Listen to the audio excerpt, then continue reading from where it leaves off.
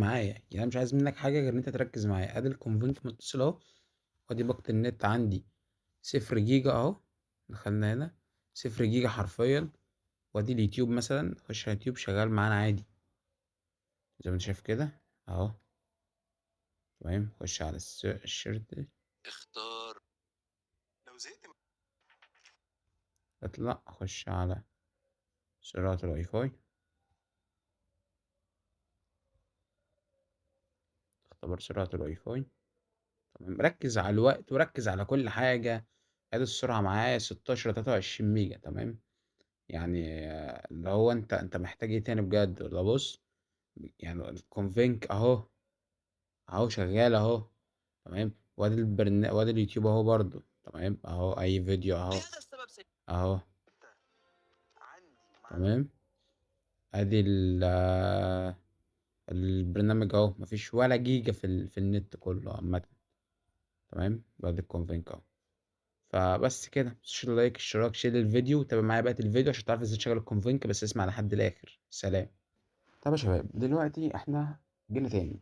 الناس بقى اللي بتقول لي الهوست مش شغال، الكونفيج مش شغال، مش عارف ايه مش شغال. انا جربت معاك الفيديو، او جربت معاك الهوست، او جربت معاك كل حاجه في اول الفيديو. انا عايزك بقى تسمع الفيديو لحد الاخر علشان نجرب كمان الكونفيج معانا. تمام، واول حاجه واول سؤال، الناس بتقول لي ليه الهوست مش شغال معايا او الكونفيج نفسه مش شغال معايا.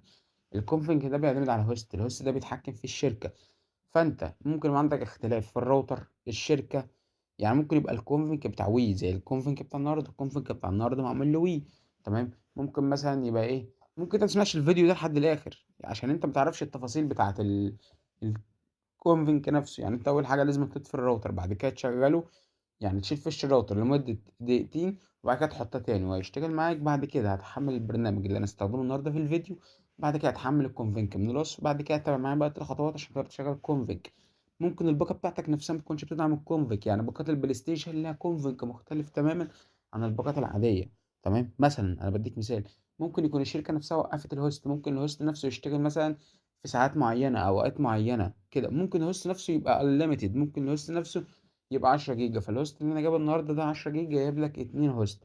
تمام، ممكن انت تستخدم الهوست مرة واحدة او الكونفيك، يعني الكونفيك هو اللي مربوط بالهوست. تمام، فانت ممكن تستخدم الكونفيك النهارده مثلا، فبعد ما استخدمته وخلصته انت خلاص خلصت، لازم تجدد الباقة عشان تعرف تستخدم كونفينك تاني.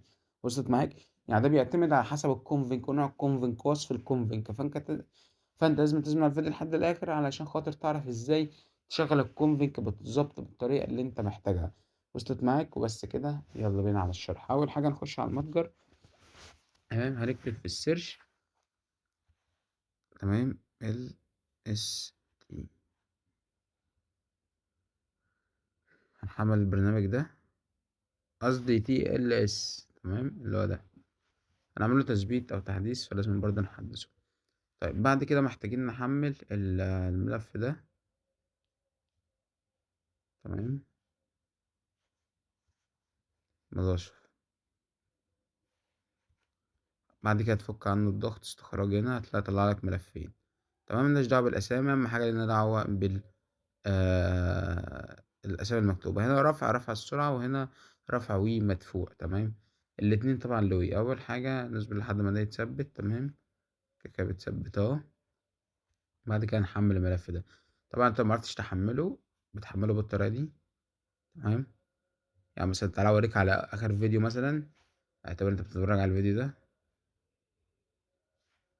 تمام، واخيرا لا بلاش الفيديو ده، عايزين على اخر الفيديو ده مثلا. تعمل لايك، تنزل على الوصف. تمام، هننزل على عرض المزيد، هنلاقي عندنا بقول لك ان الرابط هنا في اول تعليق. تمام، وهتلاقي بيقول لك هنا طريقة تحميل الادوات. هتضغط كده هيحولك على زي ما فيديو عشان عايزين. يحمل لك الادوات. طب لو احنا عايزين نربط الكونفينك نفسه، نضغط على التعليقات، هنلاقي ان التعليق اهو ورابط التحميل اهو، اول واحد ده. تمام، وطريقة التحميل برضه تحت ايه لو انت احتجتها وكده. بس كده تابع معايا بقية الفيديو. عندنا البرنامج هنا اتثبت اهو. بعد كده عندنا الملفات دي. تمام، هعمل مسح بيانات للبرنامج عشان نبدأ عليه من اول وجديد على نظافة. تمام،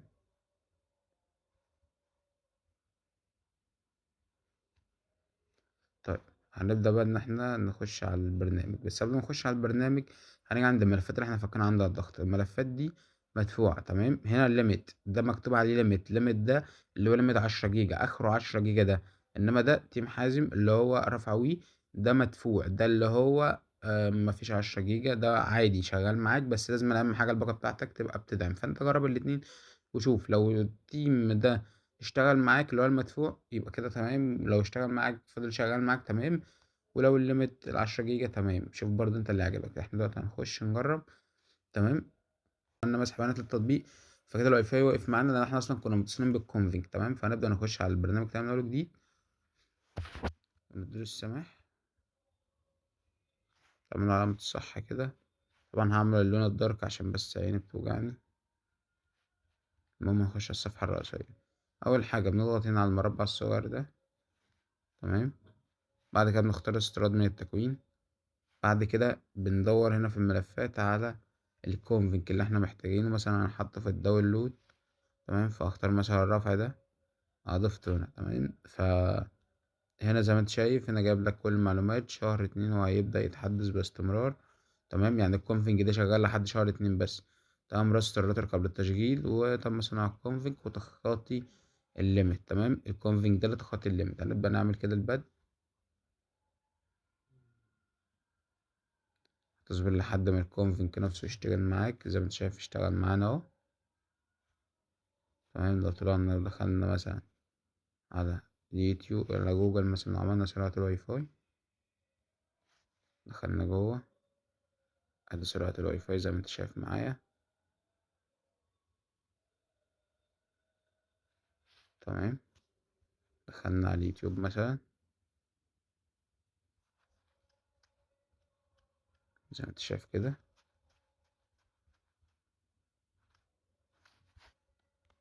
طول ما احنا بننزل طول ما هو في فيديوهات اهو تمام. دخلت على اي فيديو هتلاقي الفيديو بيشتغل بسرعة. هاي المنطقة يكون قناة باختصار تشمل المشاهد مثل رحلة تمام. سفينة إيلين أوستن. فكل اللي علينا ان احنا هنبدأ نخش. تعالى برضه اوريك على تطبيق وي تمام. اوريك ان انا ماشي ورا جيجا